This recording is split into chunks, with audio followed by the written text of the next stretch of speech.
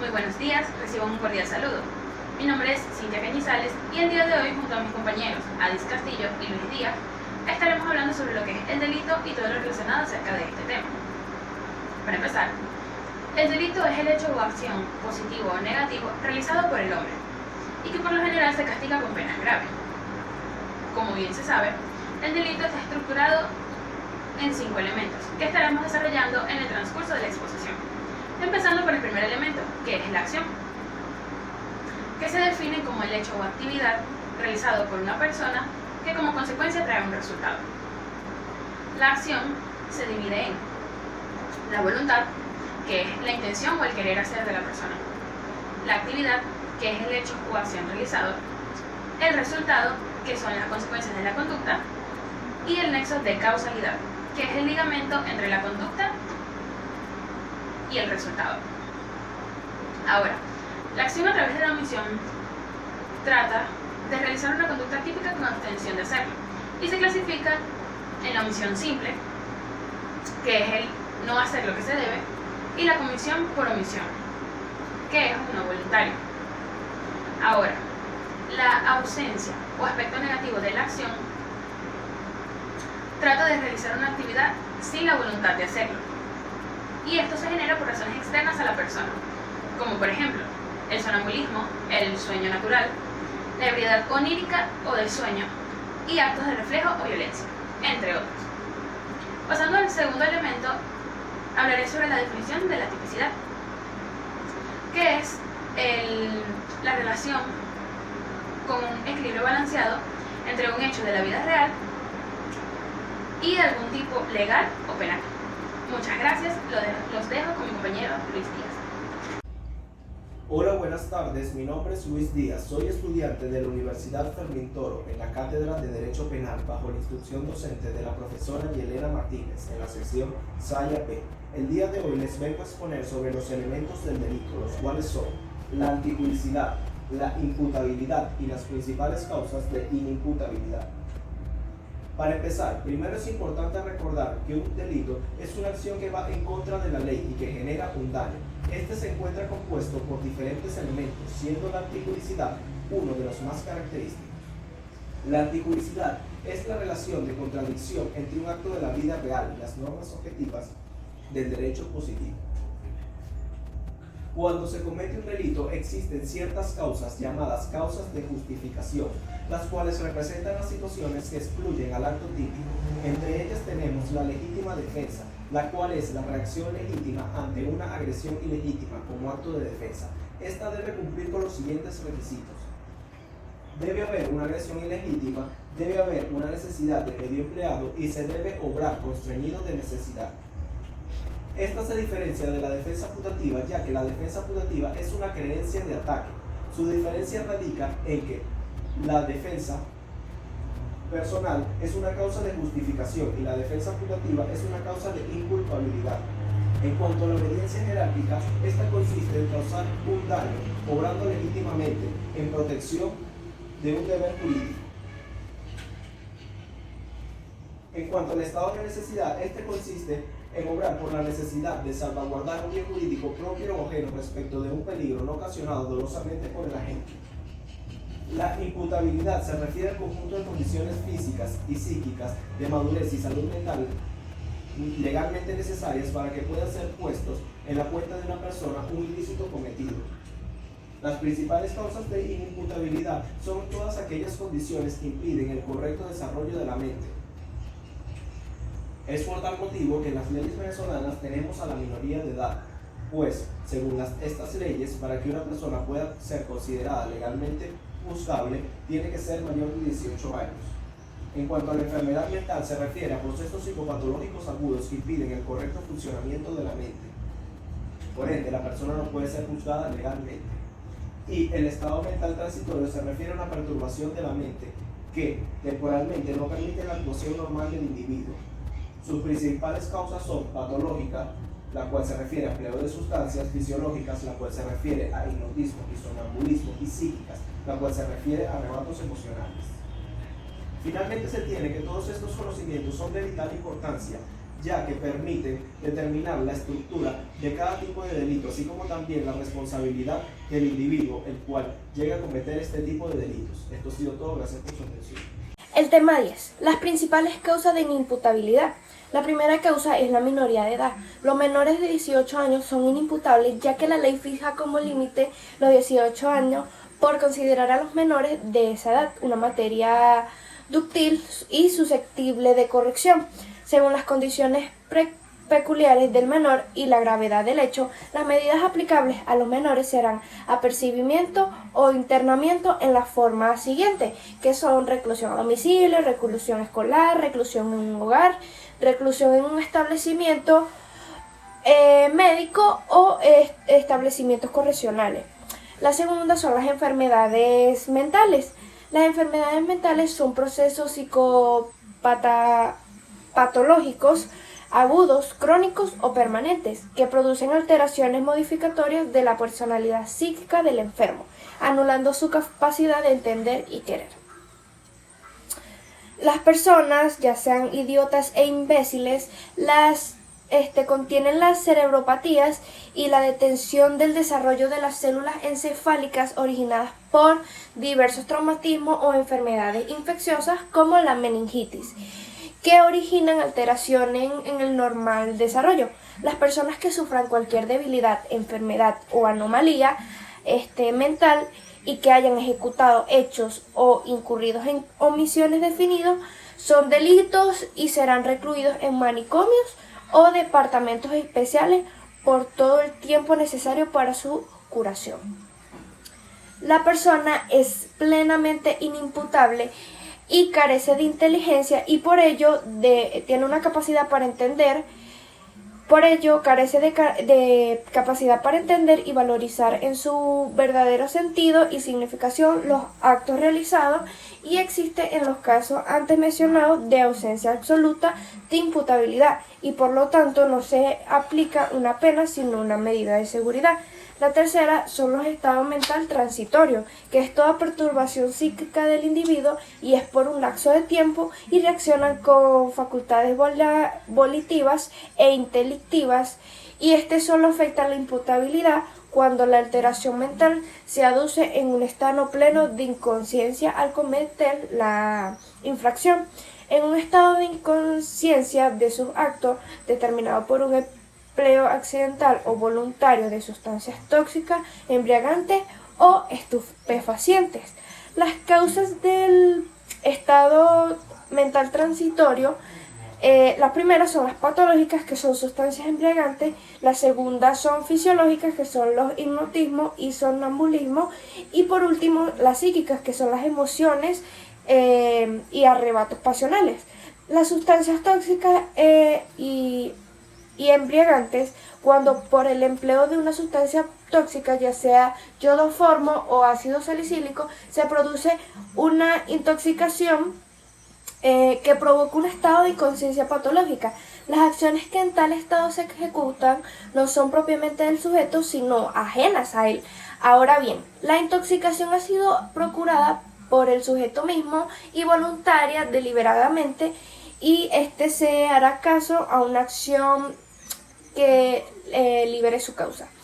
La segunda es respecto de la embriaguez, que solo habrá inimputabilidad cuando sea plena y accidental, si es involuntaria. Por el contrario, la embriaguez voluntaria debe ser considerada como uno de los índices con mayor temibilidad. Las tonsillinfecciones, por el padecimiento de algunas enfermedades de tipo infeccioso o microbiano, a veces sobreviven trastornos mentales, como el tifo, la tifoidea, la rabia o la poliomielitis, que en estos casos la enfermedad puede llegar a la inconsciencia.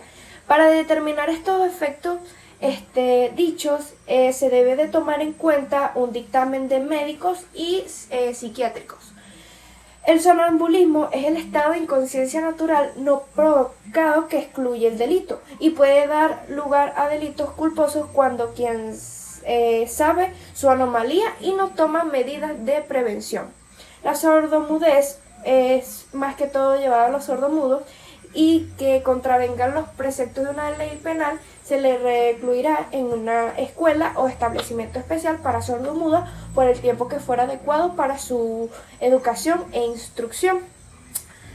La imputabilidad disminuida se le atribuye a la condición atenuante que toma en cuenta el estado mental de la persona para determinar el grado de responsabilidad de la misma ante el hecho cometido sin examinarla totalmente. El estado de peligro es la probabilidad de que una persona cometa el delito, sea por primera vez o porque lo vuelva a cometer. La peligrosidad es la predelictual, que es lo que constituye la probabilidad de que la persona que nunca haya cometido un delito lo ejecute. La segunda peligrosidad es la probabilidad de que se vuelva a cometer el delito o la acción.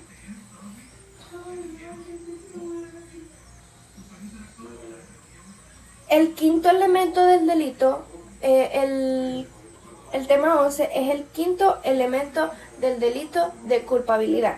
Es el nexo intelectual emocional que liga al sujeto con su acto o también el conjunto de presupuestos que fundamentan la reprochabilidad personal con la conducta antijurídica.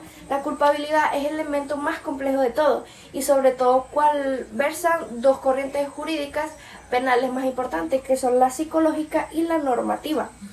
Vela Traviño habla de la culpabilidad, que es el elemento subjetivo del delito y el eslabón que asocia lo material del acontecimiento típico y antijurídico con la subjetividad del autor de la conducta.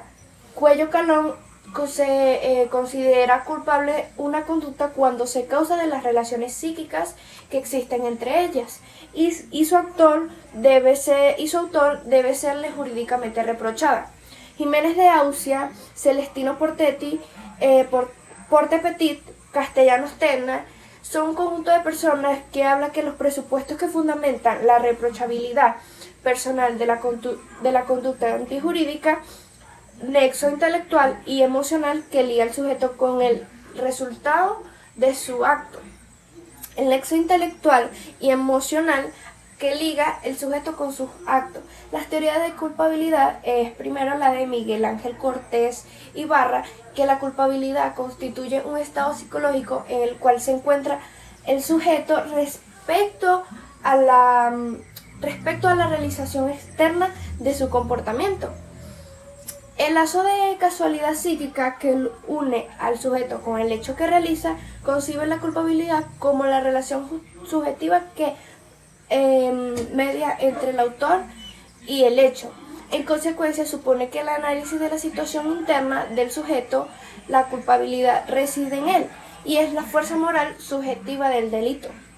El dolo eventual se desea un resultado delictivo previéndose la posibilidad de que surjan otros queridos directamente y el agente se representa como posible resultado delictuoso y a pesar de que de tal representación no renuncie a la ejecución del hecho, aceptando sus consecuencias, ya sea incendiando una bodega, conociendo la posibilidad de que el velador muera o sufra lesión. Un ejemplo, un tirador no tiene la intención ni el deseo de matar a nadie. Participa en el concurso de tiro sabiendo de que teniendo una mala puntería corre el riesgo de herir o matar al que sostiene el blanco, pero su deseo de lograr el premio o de lucirse ante los demás es tan grande que pese a tal probabilidad pasa por encima de tal obstáculo, pues para él lo más importante es el posible premio o hacer un buen papel en el concurso.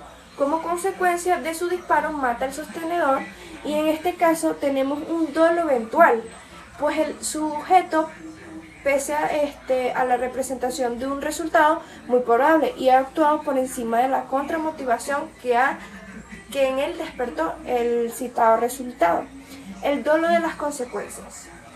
Se puede no desear el resultado, pero si que se quiere se une a otro efecto, como se representa como inexorable, unido a su deseo cuando realiza el primero y tiene que aceptar las otras consecuencias que entran en su interior. Y el dolo genérico solo basta la intención de perpetrar un hecho punible por una persona y como consecuencia se obtiene un solo efecto de conciencia, voluntad y resultado. El dolor específico es la especial intención o fin de particular que el individuo se propone en concreto y constituye el elemento específico del delito. En el artículo 270 en el Código Penal, el dolo impitu es aquel que se da cuando el delito resulta de una acción repentina que se realiza de inmediato o cuando el propósito criminal y la actuación están sincronizados de tal forma que no hay espacio de tiempo entre ellos. El dolo daño consiste en la voluntad consciente de causar el daño de los bienes e intereses de la persona. Las diferencias entre dolo directo, dolo de consecuencia y dolo eventual y culpa es la calidad jurídica de la conducta que por acción u omisión y sin dolo causa un daño injusto en el orden civil, penal y procesal, generando la consiguiente condición de repararlo. Existe culpa cuando se obra sin la intención y sin la diligencia debida, cuando un resultado dañoso, previsible y penado por la ley, es penado por la ley. La diferencia que existe entre el dolo directo y el dolo de consecuencia necesariamente es por una parte y el dolo eventual por la otra es la siguiente. En el dolo directo y en el dolo de consecuencia existen necesarias representaciones de la gente y previene el resultado o los resultados. En cuanto a los resultados típicamente antijurídicos como ciertos, como seguros, en tanto que en el dolo eventual el agente se representa el resultado típicamente antijurídico no como seguro, no como cierto, sino como probable. Este actúa culposamente quien infringe un deber de cuidado que personalmente le incumbe y cuyo resultado puede prever. Los elementos de la culpa es actuar voluntario ya sea positivo o negativo, que la conducta sin la precaución exigida por el Estado, los resultados han de ser previsibles e evitables y tipificarse penalmente. La relación de casualidad entre el hacer o no hacer y el resultado no querido. Las clases de culpa es la culpa consciente con previsión o con representación. Existe cuando la gente ha previsto el resultado típico como posible, pero no solamente no lo quiere, sino que abriga la esperanza de que no ocurra. Hay voluntariedad de la conducta causal y representación de la posibilidad del resultado y no se quiere. Se tiene la esperanza de que no se produzca. Por ejemplo, un conductor de un vehículo que desea llegar oportunamente a un lugar determinado y conduce su coche a sabiendas de que los frenos funcionan defectuosamente.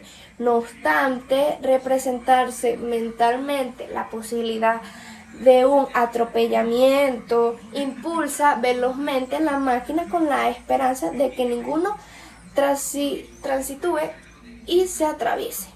La culpa inconsciente, sin representación. Existe cuando no se prevé un resultado previsible y existe la voluntariedad de la conducta causal, pero no hay representación del resultado de naturaleza invisible.